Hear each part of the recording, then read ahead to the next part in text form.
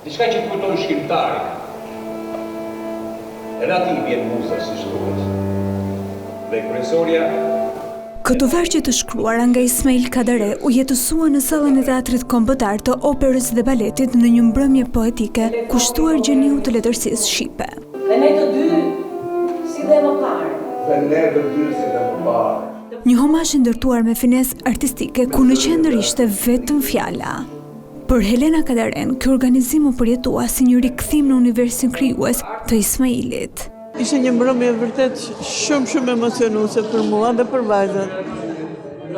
Na sot të ndërmend gjithë ato vargje të bukura dhe të zëra të mrekullueshëm që të rjetën i kam adhuruar kur i shikoj në skenë, po sonde ishte këtë tjetër gjë, ishte e veçantë.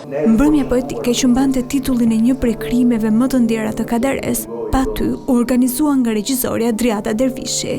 Poezitë u interpretua nga Ndriçim Xhepa, Luiza Xhuvani, Zamira Kita dhe Arben Derhemi, të cilët sollën në skenë ndjeshmërinë dhe peshën e vargut të Kadares, mes një skenografie minimaliste dhe një ndriçimi intim që e përforconte atmosferën reflektuese. Që kur ka filluar puna, ne kemi patur emocionin me vete, sepse këtu janë poezi shumë të ndjera, edhe aq më tepër tani që Ismail Kadaren nuk jeton më, por në fakt jeton vepra e tij. Edhe jo vetëm poezit, por dhe fragmentet prozave të tij ne i kemi përcjell sot.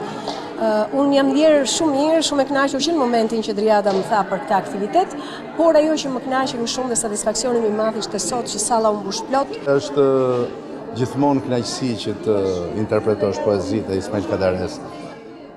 Ti the edhe pse jo në këtë jetë më, por artistët dhe shkrimtarët e mëdhej gjithmonë do të kujtohen në vazhdimsi edhe në përjetësi. Dhe kjo është edhe e bukur e poezisë Ismailit edhe gjithë veprës së tij. Mbrëmja poetike pa ty u kthye në një akt kujtese dhe dialogu të heshtur mes aktorëve e publikut dhe një dëshmi se pena e Ismail Kadares vijon të jetojë përtej kohës.